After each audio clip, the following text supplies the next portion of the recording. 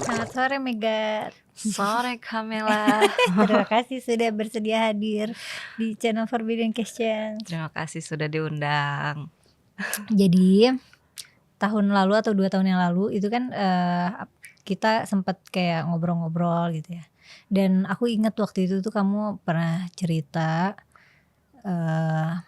kamu tuh tadinya bukan muslim, terus kamu muslim.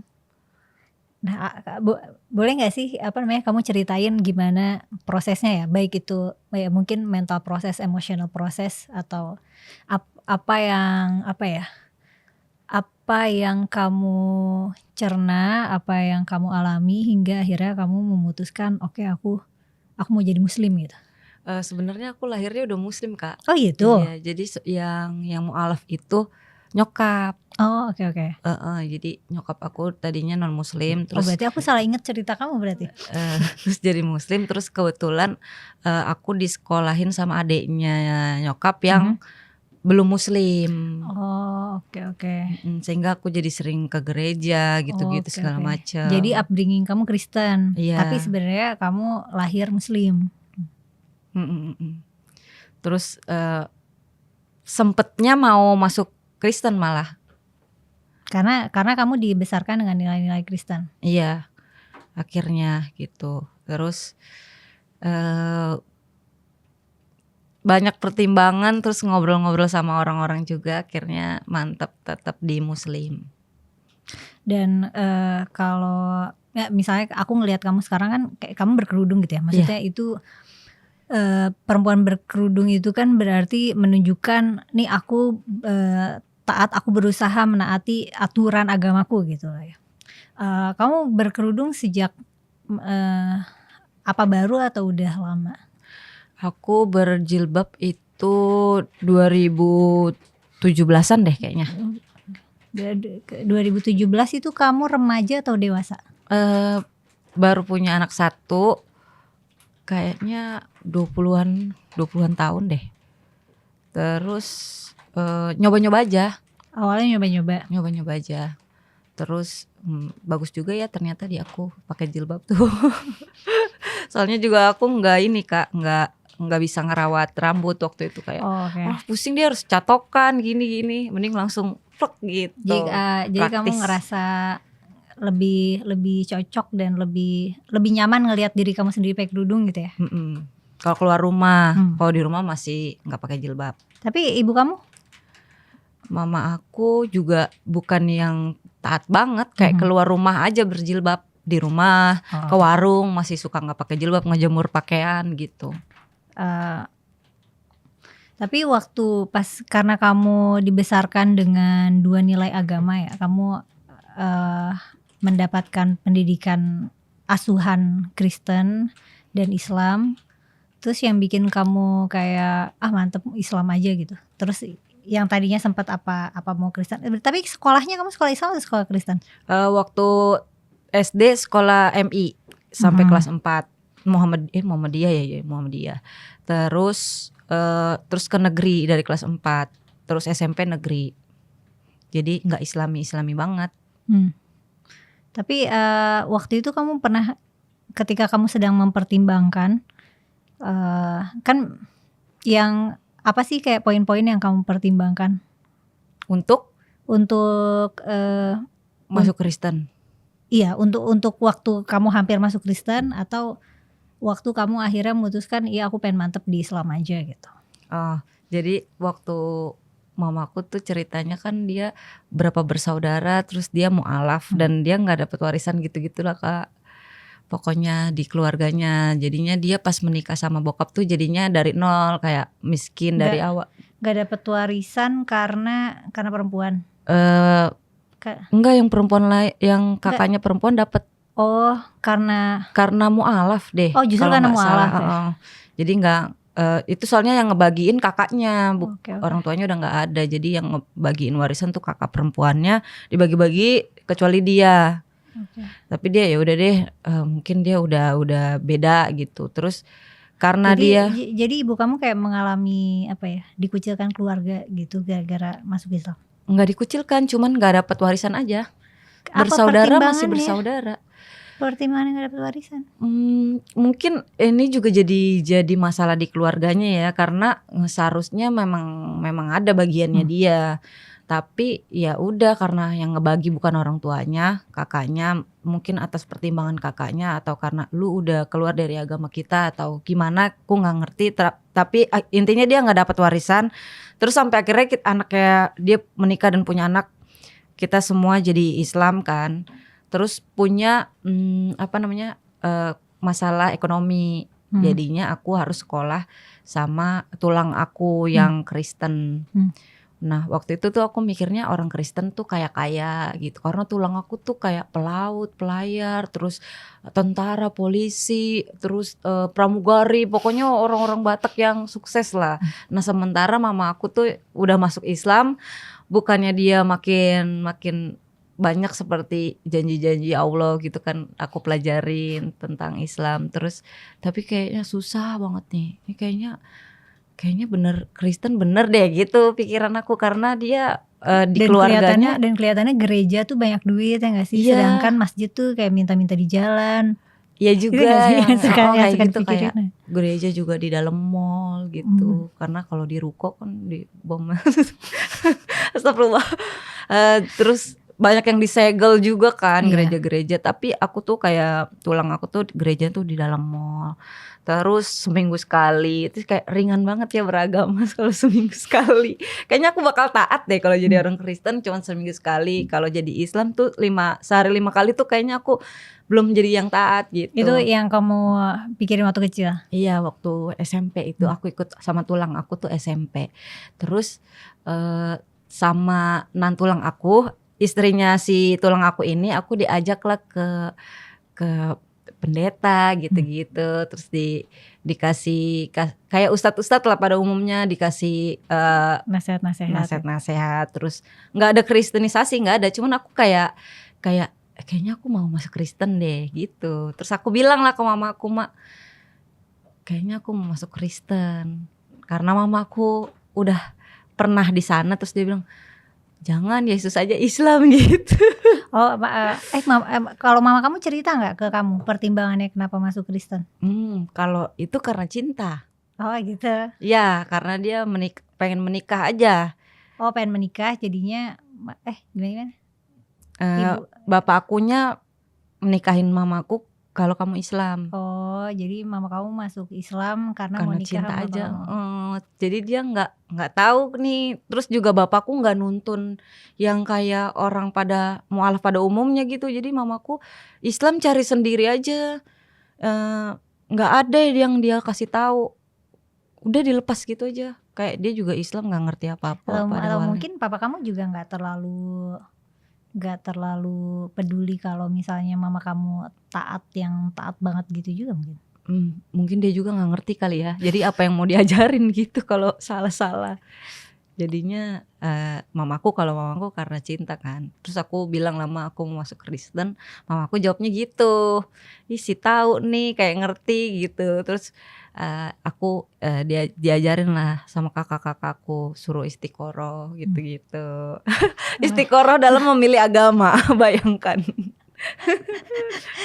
Iya, itu aku baru dengar sih istiqoroh. Kan kita kan kalau sedang gamang, bimbang, ada pilihan yang bingung kita mau pilih apa.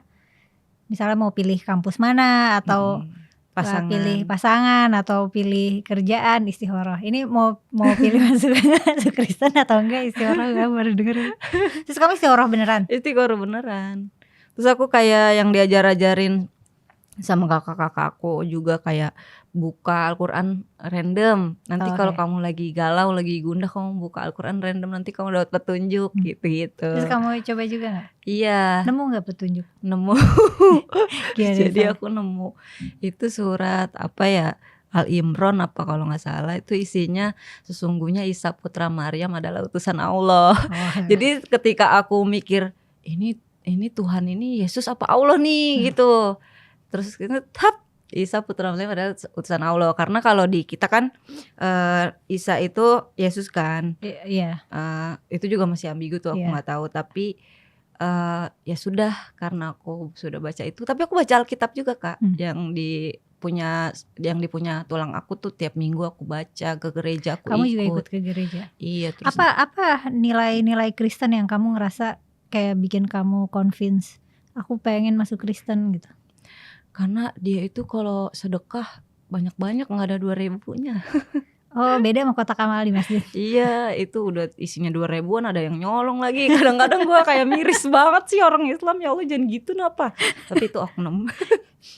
Sedangkan kalau orang Kristen kalau ngasih sumbangan buat gereja tuh Iya, gede-gede gitu ya. gede-gede. Aku juga sering dikasih sama tulang aku nih, nanti masukin ke duit persembahan gitu. Tuh nominalnya yang gede-gede.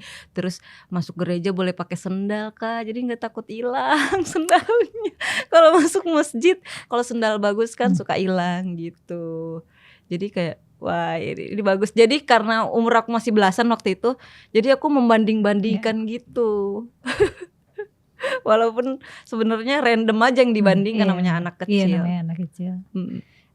Tapi ya itu kan kamu jadinya punya bahan perbandingan. Soalnya kalau aku dibesarkan dengan cara yang Islami banget gitu. Jadi aku nggak punya referensi perbandingan kayak agama lain, dan keluarga aku juga Islami banget ya. Yang dari kecil udah dikudungin ya? Dari kecil, dari sejak masuk sekolah aku kudungin. Aku masuk pesantren dari umur 6 tahun. Sampai kuliah. Wow.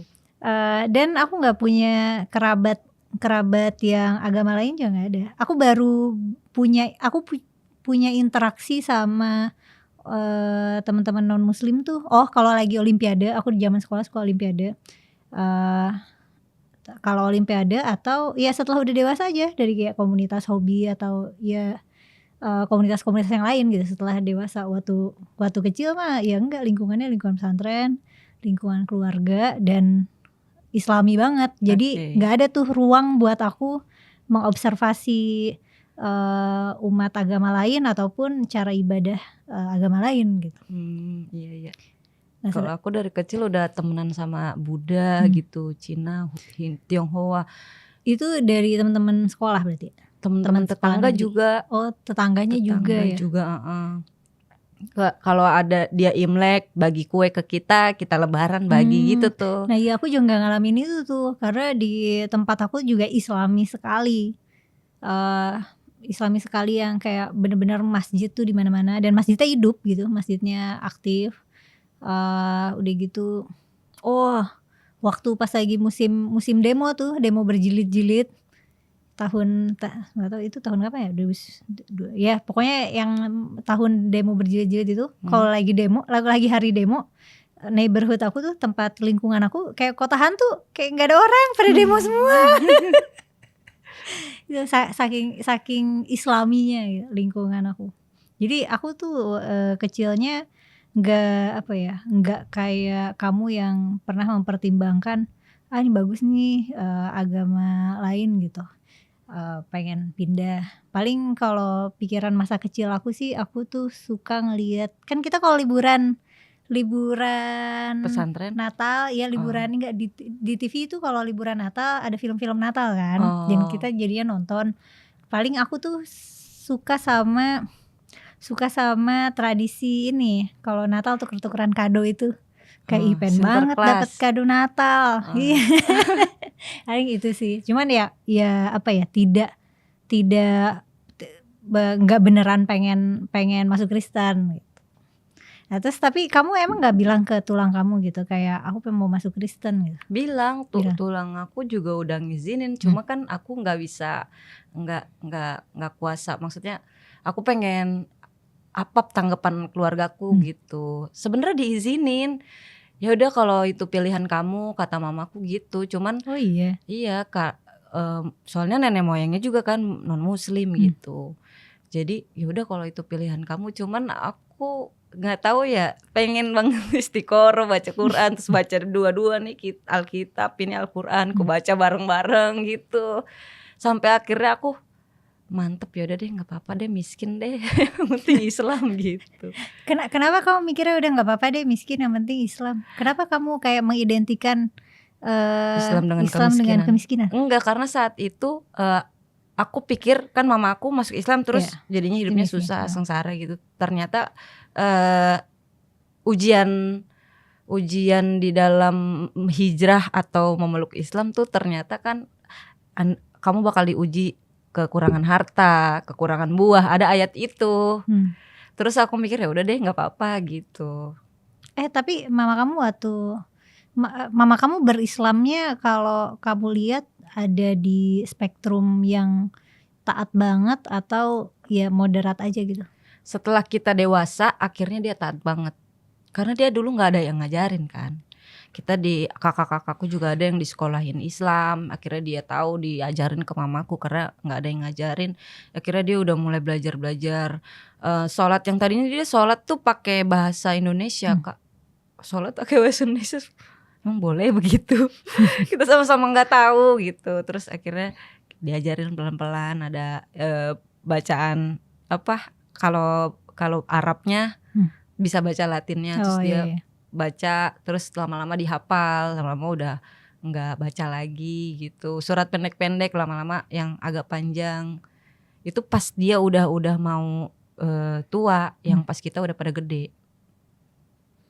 Tapi pokoknya kamu ngerasanya jalan Islam itu lebih lebih klik lah buat kamu gitu, kayak lebih nyaman atau lebih apa? Pada akhirnya iya. Pada akhirnya iya. Iya. Ada nggak kayak tipping pointnya atau ya memang terjadi arahnya ke sana aja gitu? Iya, soalnya dulu aku suka minum anggur gitu-gitu kan yang diperbolehkan kan, kalau Kristen boleh kan.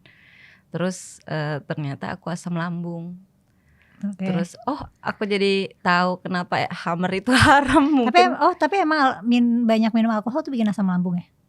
Kalau nggak makan nasi mungkin ya. Aku juga nggak tahu. Sarapan mabuk gitu, terus sampai malam mabuk, nggak sadar dulu aku. Jadi mungkin kena kesehatannya kan terganggu. Terus aku jadi pikir, ini kali ya alasan kenapa Hammer itu haram. Gitu. Jadi cocok logi anak kecil aja kak. Jadi aku mengerti. Nggak semuanya aku harus tahu alasannya, tapi setiap yang dilarang pasti ada. Kamu percaya pasti ada alasannya. Iya. Gitu. Jadi menurut aku ini masuk di logika aku. Dan untung ya, jadi kayak agama Islam tuh lebih terasa masuk akal lah buat kamu gitu ya. Iya, terasa masuk akal. Terus kamu mantep di Islam, kamu ini nggak dikasih ujian miskin juga nggak kamu ngerasanya? Karena aku baru baca ayat yang kita akan diuji dengan kekurangan harta, kekurangan buah dan sayur. Itu kita kan gak baca semua. Akhirnya kan baca-baca lagi kalau Allah akan memberi apa yang kamu usahakan. Ayatnya tuh sesungguhnya manusia akan mendapatkan apa yang telah diusahakan. Berarti kalau kita kerja keras kita bisa dapat lebih banyak. Terus kalau kamu bersyukur niscaya akan aku tambahkan nikmat. Jadi karena random kan menurutku isi Quran tuh nggak bisa kita ambil satu untuk pegangan pedoman hidup, ternyata masih ada yang lain. Makanya kita disuruh baca karena masih banyak hal yang harus kita tahu. Jadi nggak mentok di situ. Akhirnya nggak identik dengan kemiskinan kok. Ini memang ujian, kalau kamu kekurangan harta, kekurangan buah itu ujian. Tapi kamu bisa loh mendapatkan lebih kalau kamu berusaha atau kamu bersyukur. Gitu. Jadi kamu sudah berhasil mendisasosiasikan, tidak menghubungkan Islam itu dengan miskin. Iya. Tapi kalau kamu sendiri setelah setelah memegang teguh identitas keislaman kamu ngerasa kamu bangga nggak menjadi orang Islam? Bangga itu maksudnya gimana ya kak? Bangga itu kamu merasa ada kebanggaan gitu, ada karena kamu kebanggaan atas identitas kamu gitu. Kepuasan gitu-gitu ya. Kebanggaan misalnya gini, ini kan aku orang Indonesia. Terus misalnya ada berita internasional Indonesia, ini budaya Indonesia mendunia, bangga. Tapi kalau ada berita yang misalnya ini korupsi terbesar, aduh malu banget jadi orang Indonesia gitu loh. Ada bangganya, ada enggaknya. Ada malunya kadang-kadang kalau ada oknumnya kayak foto aja dikorupsi, kayak ini orang Islam, ada yang ngambil duit agama lain. Aduh kayak aduh malu deh gue gitu. Jadi yang bikin malu tuh biasanya ini ya, Orangnya kayak bukan orangnya, agamanya sebenarnya. manajemen instansi keagamaan. Mungkin ya bangga aja, tapi ada hal-hal yang kalau agamanya sih mungkin aku bangga ya, cuman kalau orang-orang beragamanya banyak yang tidak bisa dibanggakan. Selain kalau itu kan tadi kayak kelakuan orang yang punya wewenang ya, kayak korupsi dan apa. Tapi kalau misalnya kayak orang Islam secara umum gitu yang kamu baca gitu, yang kamu amati. Itu sebenarnya baliknya ke individunya ya. Iya, tapi kan kita kan tidak melihat, maksudnya manusia kan membaca peristiwa tuh tidak melihat individu per individu, kita kan membaca pola besar gitu. Dan otak kita punya kebiasaan untuk menggeneralisasi gitu, karena itu memang cara mudah untuk kita melihat pola dan mengambil kesimpulan. Jadi kalau misalnya kayak kamu lihat dengan sudut pandang yang lebih luas, yang kamu amati gimana? Mungkin segelintir aja ya yang aku lihat yang ya ini nggak patut untuk ditiru lah. Tapi masih banyak kok orang-orang Islam yang beneran Islam gitu, yang benar-benar menjalankan kewajiban sebagai orang Islam, dan nggak mengambil hak-hak orang lain juga, masih banyak. Cuman karena kita di Indonesia jadi mayoritas dan keseringan banyak yang bikin malu, jadinya kita ikut merasa mayoritas tuh gini ya gitu. Di aku juga kayak apa ya, aku ngelihat sesama muslim sekitar aku kayak ya baik-baik aja, mereka keren-keren aja, pinter-pinter aja, bener aja lah gitu. Tapi kalau kayak lihat netizen atau lihat kayak ada ormas apa atau netizen Islami yang kayak nyebelin gitu loh, kayak jahat kadang-kadang itu kayak kok gini sih gitu. Itu di aku juga ada apa ya, ada ketidakcocokan antara realita aku sama yang aku pantau di sosial media sih. Mungkin karena maksudnya lingkungan aku ya orang Islam yang akademis gitu, yang intelektual, jadi pintar-pintar dan sopan-sopan. Tapi netizen di sosmed kadang udah mah ceramah panjang lebar, padahal maksudnya kayak padahal bukan yang ngomongin itu gitu, tapi dia udah ngasih banyak ayat atau banyak hadis gitu. Atau suka ngata-ngatain, suka masa nyeramahin sambil ngata-ngatain, tapi kayak ngata-ngatainnya juga kayak apa ya, ngata-ngatain khas orang Islam tuh kayak misalnya wah Dajjal nih laknat, atau kayak kafir gitu, ini apa namanya, munafik. Ya yang gitu-gitulah. Pokoknya maki-makian sampai ada kayak maki-makian khas orang Islam gitu kan. Dan Khas itu orang Islam. ya kayak wah Kayak lebaran ya. Najis nih apa gitu, kayak atau misalnya kalau kita kelihatan aurat yang menurut mereka aurat, terus nanti dipelacur-pelacurin gitu loh. Jadi kayak langsung hina-dina banget. Itu tuh aku sedih sekali loh. Dan aku pernah ada masa aku malu jadi orang Islam. Waktu pas lagi mayoritas lagi pada galak-galaknya. Kayak pas lagi musim demo berjilid-jilid deh. Karena waktu itu sosmed tuh panas banget, kayak semua orang marah-marah, semua orang caci maki. Kayak terus aku merasa aku malu aja jadi orang Islam gitu. Soalnya orang Islam yang kelihatan gitu, yang berisik, yang di depan itu orang Islam yang kasar-kasar kayak gini gitu. Tapi nggak ada, maksudnya nggak ada kepikiran misalnya ganti apa ya pindah ke agama apa, nggak ada sih. So far belum ada, tapi bisa jadi karena nggak ada exposure-nya kalau di aku. Maksudnya sekarang sih setelah dewasa ada ya kayak kenalan-kenalan misalnya sama pendeta-pendeta atau ya agama-agama lain, tapi ya mungkin karena sekarang udah dewasa, maksudnya udah punya sikap sendiri, jadi udah apa ya, bukan di masa remaja atau muda di mana kayak masih bisa terombang-ambing gitu loh. Ya nggak tahu sih di masa mendatang ya, tapi sekarang sih rasanya nggak terombang-ambing gitu. Jadi kalau kamu ada nggak kayak concern-concern terbesar kamu untuk komunitas beragama, terutama kamu tumbuh besar dengan lingkungan yang lebih majemuk gitu, yang lebih beragam, terus memantau keadaan sekarang, kamu ada concern apa gitu nggak yang kayak ganggu kamu gitu?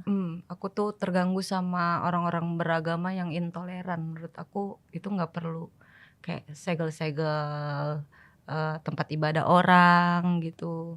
Terus orang ibadah dilarang gitu-gitu, menurut aku nggak perlu, karena kan kita Indonesia ya. Kita juga punya agama yang diakui kan ada 6 gitu. Nggak cuman Islam doang. Masih ada 5 lagi, dan hak mereka beribadah. Kenapa masih ada orang-orang yang intoleran yang nggak boleh ibadah di sini, nggak ada izin. Kayak lu mau doa harus izin gitu. Ngomongin itu, aku pernah nemu kayak tulisan, aku lupa, kayak bukan buku tapi kayak pendapat orang di sosial media, dimana dia bilang kayak, dan ini juga bikin aku sedih karena aku tuh merasa kayak idealnya kita kan saling menoleransi satu sama lain gitu, saling menghormati satu sama lain. Tapi dia sampai punya pendapat itu gara-gara penyegelan atau pelarangan ibadah gitu. Dia sampai punya pendapat kita tuh tidak boleh menoleransi orang Islam, karena ketika orang Islam kita toleransi, Islam akan tumbuh, dan ketika Islam tumbuh, Islam gak akan toleran sama agama lain.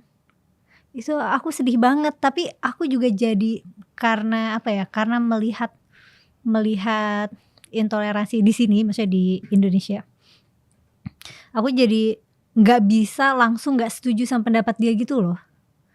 Berarti ada setujunya. Bukan tidak toleran pada Islamnya sebenarnya, tapi itu kan susah dipisahkan, ya nggak sih? Maksudnya? Nih, kalau pendapat dia kan kita jangan toleran sama Islam karena Islam nanti tumbuh. Kalau Islam sudah menjadi dominan, Islam yang dominan ini tidak akan menoleransi agama-agama lain yang minoritas. Dia ngomong gitu orang Indonesia? Enggak. Bukan. Itu kayak, aku nggak tahu itu opininya berbahasa Inggris tapi opininya random. Tapi aku nggak tahu itu bukan akun orang ya, maksudnya kayaknya itu anonimus atau apa gitu. Kayak bukan opini rapih juga, cuma gimana sih orang yang gaping di internet. Dan aku berasumsi latar dia beropini seperti itu karena banyaknya aksi intoleransi ya, kayak penyegelan gereja. Mending disegel, kalau dibom itu kan terjadi juga gitu. Dan aku sedih arah pembacaannya ke situ gitu. Dan aku gak bisa langsung gak setuju, dan aku sedih menyadari aku tidak bisa langsung gak setuju gitu. Jadi kayak aku punya dilema berlapis jadinya soal itu gitu. Apakah sebagai umat kita ketika kuat, apakah kita punya kapasitas untuk memberi ruang ibadah buat orang lain ya gitu. Kalau itu terjadinya di Indonesia dan orang Indonesia, itu nggak kepake dong komennya. Karena kan di Indonesia udah jadi mayoritas. Kan dia bilang jangan toleran sama Islam, nanti ketika dia jadi mayoritas dia nggak akan toleran sama agama lain. Nah, masalahnya aku rasa itu bisa applies bukan hanya spesifik di Indonesia gitu. Karena kasus-kasus di mana misalnya ada orang Islam yang merusak tempat ibadah agama lain, itu bukan kejadian yang eksklusif ada di Indonesia. Meskipun Islam juga mengalami diskriminasi. Betul. Ya, ada aksi-aksi di mana misalnya masjid dirusak atau orang Islam diheres di jalan, digangguin di jalan karena dia Muslim gitu. Tapi aku nggak tahu ini apakah ini sesuatu yang bisa ada solusinya. Tapi aku sedih aja, aku sedih arah perkembangannya tuh sampai bisa begitu gitu. Yeah. Tapi kamu optimis nggak? Maksudnya kamu optimis nggak sama ke apa ya, keharmonisan keberagaman di sini? Kalau menurut pantauan kamu sebagai orang yang aktif di sosial media? Aku optimis karena yang udah dialamin dan dijalanin, kita bertetangga, kita merayakan hari raya dengan berbagai macam agama, bahkan suku yang beda-beda. Aku udah ngalamin dan itu baik-baik aja, kita damai-damai aja. Dan aku rasa kayaknya orang lain juga bisa membuka hati untuk ayolah kita nggak usah perdebatkan keyakinan masing-masing. Kayak ya udah itu urusan diri sendiri. Yang kita yakini hidup damai itu enak loh. Hidup damai itu seru tahu. Ada tetangga Imlek kita dapat ampau, Iya kan? terus kita lebaran mereka dapat THR itu kayak seru tahu. Pas udah dewasa aku dapat kado Natal. Terus aku kayak, oh ini ya rasanya dapat kado Natal. ya, atau kayak ini Hampers, kayak tuker hampers gitu. iya, ya itu gak kan sih? manis sekali ya. Heeh. Ya, cuman kan ada apa ya, opini-opini yang besar gitu, misalnya ya kata orang-orang yang terhormat misalnya kayak ustadz atau siapa gitu yang bilang nggak boleh, itu haram gitu. Dan itu jadinya ganggu apa ya, ganggu berlangsungnya harmoni dan jadinya umat tuh akan semakin eksklusif aja, mengucilkan diri. Dan aku rasa itu yang terjadi di cara aku bertumbuh gitu. Kita nggak dibatasin sih untuk untuk hidup berdampingan, tapi karena nggak ada pengalamannya, kayaknya kebanyakan kita itu was-was sama orang agama lain. Jadi waktu aku kuliah, ada temen aku yang ya kurang lebih pengalaman mirip lah, dia pesantren dari kecil gitu ya. Udah gitu kita kan kuliah juga ada asramanya ya, ada pesantren mahasiswa. Nah aku kuliahnya tafsir dulu gitu, jadi emang isinya teman-teman aku ya santri-santri gitu. Nah udah gitu dia cerita, Mela kok bisa sih punya teman orang Kristen? Terus aku langsung kayak, emang kenapa? Aku tahu ini aku salah, tapi aku tuh takut tahu sama orang Kristen karena di pikiran aku tuh orang Kristen tuh kayak jahat. Terus aku langsung kayak, itu tuh kepikiran, pendapat dia ke aku kepikiran gitu. Aku tahu ini nggak rasional gitu, tapi aku takut sama orang Kristen, di pikiran aku orang Kristen tuh jahat. Dan apa ya, pendapat dia itu aku bawa terus di kepala aku. Dan misalnya lagi dengerin ceramah atau apa, terus dikasih tahu sama ustadznya misalnya waspadalah sama orang kafir, atau ada ceramah-ceramah yang karena aku dulu sempat aktif kayak di majelis taklim gitu, suka ada materi-materi ceramah yang kayak itu tuh jangan terima misalnya makanan bukber dari gereja. Itu kan kadang gereja bikin acara-acara kayak santunan Ngasih apa ya takjil semacam ya. itu ya, atau ngasih takjil, dan itu takutnya ada nggak tahu kolak babi atau apa. Pokoknya aku jadi mikir, oh iya ya, prasangka itu diajarkan gitu. Kita Didoktrin. kayak temen aku, dia takut sama orang Kristen karena dia punya ya dia mungkin nggak sadar itu prasangka dia munculnya dari mana, tapi bisa jadi dari mimbar-mimbar gitu. Kita sudah ditanamkan prasangka-prasangka itu. Tapi mungkin karena kamu waktu kecilnya maksudnya sudah apa ya, sudah ada kontak langsung gitu, berinteraksi langsung dan ada di keluarga kamu juga, jadi prasangka itu nggak tumbuh di kamu gitu. Tapi emang dari kecil tuh udah banyak doktrin-doktrin, kayak waktu aku sekolah juga teman aku yang non muslim tuh selalu diejek-ejek, dasar kafir, lu Kristen, lu makan anjing ya, makan buset. Tapi tuh aku kayak, kenapa emang kok dia Kristen? Emang dia minta makan sama lu? Aku tuh dari kecil tuh udah kayak gitu tuh. Terserah kali dia nggak main sama lu juga nggak rugi gitu. Wah, ada yang Kristen mainnya sama aku, yang Islami banget sebelah sono gitu. Jadi berkubu-kubu gitu dari kecil, kayaknya udah didoktrin dari kecil juga kayaknya. Soalnya masa anak SD ngomong gitu, Kak? Iya. Kayak dasar Iya lu orang deh. Kristen, lu kafir lu. Dari mana dia dapet itu? Anak Kalau sekecil itu. kalau bukan karena diajarin gitu ya. Jadi sebenarnya PR utamanya ada di pendakwah kali ya. Tapi anak aku juga pernah kayak gitu tuh, anak aku yang SD, temen aku ada yang Kristen Bunda. Terus kenapa? Emang kita nggak boleh ya main sama orang Kristen, kata dia gitu. Emangnya kenapa? Nggak tahu, soalnya teman-teman aku nggak temenin dia. Kataku nggak apa-apa, main-main aja. Agama dia bukan urusan kamu, aku bilang kayak gitu. Yang penting kalau dia orang baik temenin, kalau dia jahat nggak usah temenin, kalau dia bully orang, kalau dia apa nggak usah temenin, aku bilang gitu. Terus berarti nggak apa-apa ya Bunda? Nggak apa-apa. Ini dapat dari mana nih kalau orang Kristen nggak boleh ditemenin? Aku tanyain, soalnya teman-temanku nggak ada yang temenin gitu. Berarti kan dia sudah berkubu-kubu dari kecil. Berarti pemutusnya juga pendidikan orang tua ya? Iya, orang tua juga harus ikut andil tuh. Kita kan nggak tahu anak kita dapat masukan dari mana aja, itu tetap kita kontrol. Tapi dan itu kan berarti kejadiannya baru ya, maksudnya itu kan pengalaman anak kamu.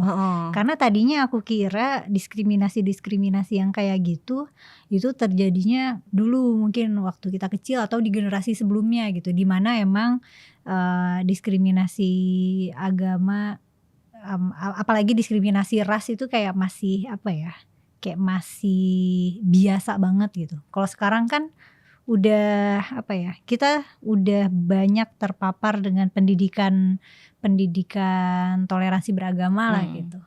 Tapi ternyata sampai hari ini kayak gitu tuh masih ada.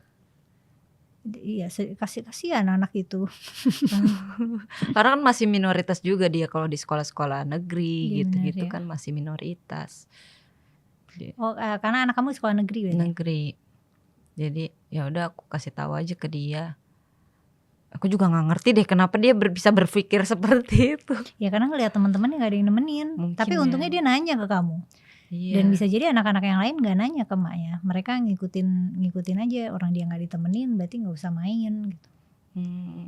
Mungkin juga apa alasan dia nggak temenin tuh kayak soalnya dia kan nanti makannya ini, makannya itu, apa yang masuk ke badannya nggak akan berpengaruh sama kamu kan? Misalnya misalkan ada orang Kristen makan babi, terus kalau merasa kamu nanti sakit loh, nanti ini loh, kan kamu nggak ikut makan, kenapa kamu harus takut ikut terpapar orangnya? Kan kayak makanan kayak bukan COVID nggak sih Kak? Kayak bukan virus gitu. Kenapa harus takut? Tapi soalnya kita masyarakat Muslim kita tuh takut banget sama babi kan? Iya, sampai semua dosa dilakuin kecuali makan babi. Yang haram cuma babi. Bener. Korupsi halal. Makan babi doang nggak halal. Pacaran gas, minum gas. Babi skip dulu, saya Muslim. Tapi berarti kamu juga jadinya nggak punya ketakutan irasional sama babi. Kamu akan ini nggak? Kamu akan was-was nggak sama restoran? Ya aku udah pernah makan babi lagi. Tapi jadinya nggak was-was ya? Maksudnya rasa was-wasnya ya aku tanya, bukan apakah kamu makan atau enggak. Tapi misal kamu lihat ada restoran biasalah, restoran seafood let's say. Tapi dia nggak ada label halalnya. Kamu akan was-was nggak? Atau kamu makan aja, ini kan restoran seafood. Iya, makan aja, kecuali kalau di luar kayak luar negeri. Ke luar negeri gitu. Itu lebih was-was ya. Iya, sama di Chinese food kayak bebeknya aku nggak makan karena nggak disembelih gitu.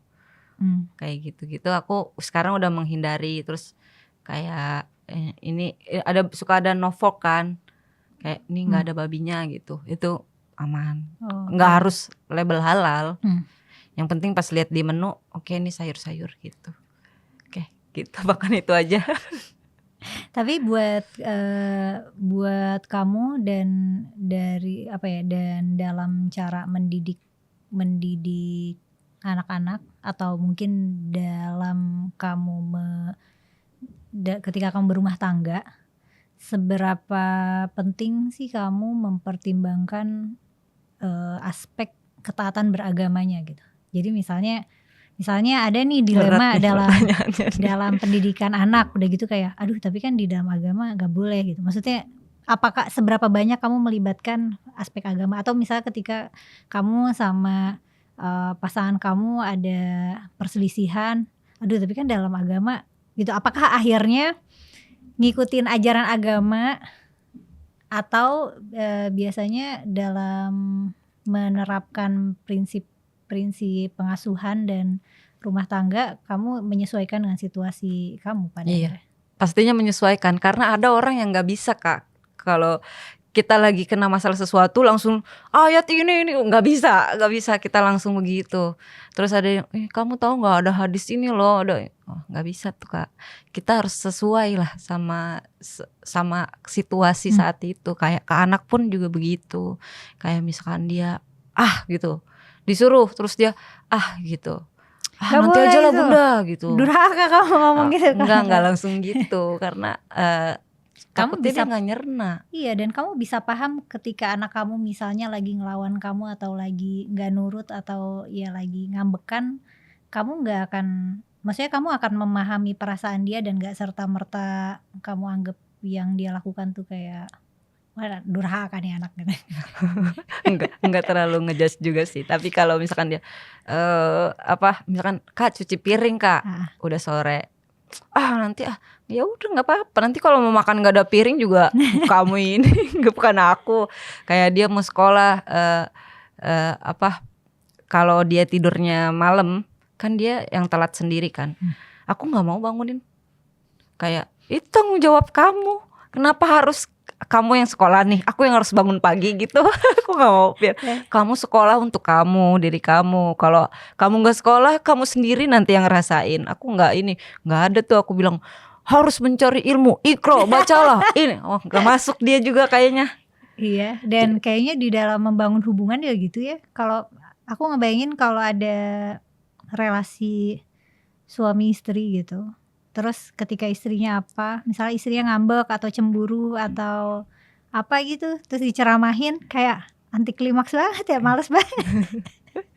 Jadi perasaan kayak bener aja lu Ger, kadang-kadang kan perasaan manusia. Kalau di kayak sinetron religi atau film religi kan kadang suka gitu. Biasanya apa ya? Biasanya kan ceritanya cinta segitiga atau poligami atau apalah yang drama-drama gitu. Si karakter suami, terutama karakter suami ini suka tahu-tahu kayak ngutip ayat, ngutip hadis gitu. Tapi Nabi bersabda begini-gini, tapi firman Allah gitu. Aku sebagai penonton tuh suka aku jadi istrinya bete banget diceramahin. Iya, ada momen-momen yang nggak perlu pakai agama banget. Tapi kalau aku pribadi aku tetap kasih pegangan agama lah dikit-dikit. Kayak misalkan udah selesai nih dia ngambek, terus dikasih tahu kayak Kak ngomong kayak gitu sopan nggak kira-kira? Kira-kira nih kalau misalkan kamu nih punya anak nih, anak kamu ngomong kayak gitu, perasaan kamu bakal kayak gimana Kak? Kayak gitu, ntar aku dengerin. Terus kamu bayangin gak perasaan aku tadi ketika kamu ngomong kayak gitu ke aku? Duh sebenarnya sih hati aku hancur ya. Tapi ya gimana pun juga kamu anak aku selalu doa kamu supaya jadi anak yang baik gitu. Jadi mungkin dia akan merasa tapi tanpa harus kita judge gitu. Dan aku suka cara pendekatan kamu karena yang kamu lakukan jadi menajamkan rasa dan nalar dan menajamkan empati. Dan menurut aku kalau kayak scene keluarga Islami yang suka kita lihat di sinetron religi itu justru membuat membuat relasi jadi dingin gitu loh. Jadi seolah hubungan tuh textbook gitu, harus ada rujukannya, kamu harus begini karena rujukannya begini gitu. Sedangkan yang pendekatan yang kamu pakai kan yang lebih napak ya, yang lebih on point gitu. Kamu bahas tentang perasaannya, tentang sopankah begitu gitu. Tentang ngebangun sense dia akan sopan santun, akan menjaga perasaan orang lain. Biar logikanya muter juga. Misalkan dia begini sama orang lain, ketika dia digituin dia akan terima gak?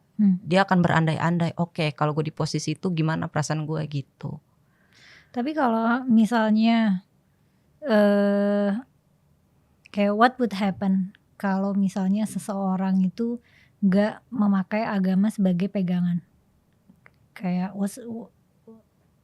ya apa sih emang gitu masalahnya? Tadi kan kamu bilang kamu pribadi masih prefer ya ada pegangan agama gitu. Kalau aku, Kalau di bayangan kamu? Kalau di bayangan aku kayaknya nggak ada batas lagi deh. Misalnya aku toleransi nih, jadi aku tanpa pegangan agama nih, Aku akan menoleransi semua hal deh kayaknya kalau nggak ada batas agama. Tapi kan kamu punya perasaan. Ya, karena itu misalkan ada maling. Oh dia butuh kali ya, dia miskin kali ya, oh dia nggak punya kerjaan Oh, kali ya. justru perasaan kamu akan berempati sama kejahatan-kejahatan yang bahkan dosa gitu ya. Karena ada batas agamanya. Orang miskin kok, udah tahu miskin, maling, nggak bisa. Nah itu tuh yang bikin kita, iya kita miskin tapi maling tuh nggak bener gitu. Itu karena masih ada batas agama lah menurutku gitu. Kalau nggak ada batas, temen gue boti lagi misalnya gitu. Ya udah dah, terserah lu dah, tapi boleh di rumah gue misalkan di ini. Kayaknya aku bakal melarang deh, jangan di sini ya. Kalau aku masih ada, jangan di sini dong, gue sholat di sini soalnya gitu. Jadi kamu, jadi menurut kamu lensa agama itu bantu kamu nentuin sikap gitu ya? Iya, nentuin sikap dan batas. Antara mana yang harus aku toleransi, mana yang nggak bisa aku toleransi, gitu Kak. Soalnya ada hal-hal yang sebenarnya logika aku menoleransi, tapi karena aku tahu itu dosa, ini itu dilarang agama. Ini tidak baik untuk ditoleransi, jadi aku memilih untuk tidak ditoleransi lagi. Kalau misalnya, ini pertanyaan terakhir. Kalau misalnya anak kamu suatu hari bilang ke kamu apa ya, mama aku kayak mau nggak beragama deh.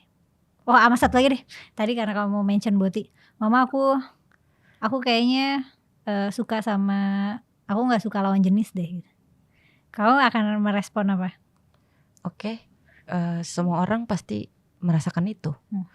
Nggak suka sama lawan jenis itu hal yang ada rasa semua orang. Aku menurut juga, kamu gitu? Iya, aku pernah ngeliat cewek cantik, dia cantik banget ya, aku suka deh sama dia. Gitu. Oh oke. Dan itu nggak apa-apa asal tidak dilakukan dengan tindakan. Kamu tidak pengen melakukan apa yang kamu pengen memiliki dia, merasa kamu pengen hidup sama dia karena kalau dilawan itu ada pahalanya gitu-gitu. Kalau kamu ikut, kamu yang akan ini sendiri. Tapi aku pengen tahu dulu alasannya dia apa. Karena aku rasa setiap yang memilih untuk berpasangan sama sesama jenis pasti punya true story di belakangnya. Yang itu membuat dia memilih jalan itu. Karena aku juga banyak ngobrol sama teman-teman yang kayak gitu, kayak lesbian gitu, terus mereka pasti punya story di belakangnya yang menurut aku ini kalau storynya ini dia punya orang yang tepat untuk meluapkan cerita-cerita ini nih, dia tidak akan memilih itu. Gitu Kak menurutku. Jadi kalau suatu saat dia memilih itu, aku pengen dia terbuka dan kita ngobrol. Kita ngobrol, ayo apa yang salah dari pola didik aku, apa yang harus aku perbaiki. Oh menurut kamu itu letaknya bisa jadi di kesalahan orang didikan tua kamu? Bisa jadi di aku, karena mungkin kasih sayangnya nggak penuh, orang bapaknya nggak ada, atau dia nggak tahu gimana cara berhubungan dengan lawan jenis karena dia cewek aku cewek, kita nggak pernah dapat sentuhan laki-laki gitu, aku kan nggak pernah tahu. Jadi aku pengen ngobrol sih sama dia pasti. Kalau misalnya dia kayak mama aku nggak mau beragama, nggak apa-apa. Justru itu nggak apa-apa. Kamu cari dulu deh beberapa agama buat referensi. Kamu cari yang mana yang lebih masuk akal buat kamu. Kalau emang nggak ada ya udah, kalau itu pilihan kamu, aku nggak bertanggung jawab. Yang penting aku tahu, aku udah ngasih tahu kamu ini. Kalau keputusan kamu nanti, aku udah nggak tanggung jawab lagi ya Kak, paling gitu. Karena mama aku juga gitu waktu aku pengen memilih untuk. Mama kamu sama sekali nggak keras ya, dan kayak tulang kamu juga nggak keras, maksudnya nggak kayak ya nggak ada yang memaksakan. Kalau lu tinggal sama gue ya udah ikut agama gue gitu, nggak gitu juga. Gak ada. Iya itu kayaknya menyenangkan sekali ya kalau misalnya setiap individu punya kesempatan untuk mengeksplor spiritualitasnya tanpa dihakimi gitu. Jadi ada ruang amannya. Aku sholat aja di rumahnya, nggak apa-apa. Dia piara anjing. Aku kalau pulang sekolah suka dijilatin anjing, terus aku mandi gitu. Terus aku pulang selalu assalamualaikum, terus dia bilang shalom gitu, kayak oke, itu aman-aman aja. Iya, dan nggak masalah ya. Makasih ya Mega udah nemenin aku ngobrol-ngobrol sore Sama-sama ini. dong.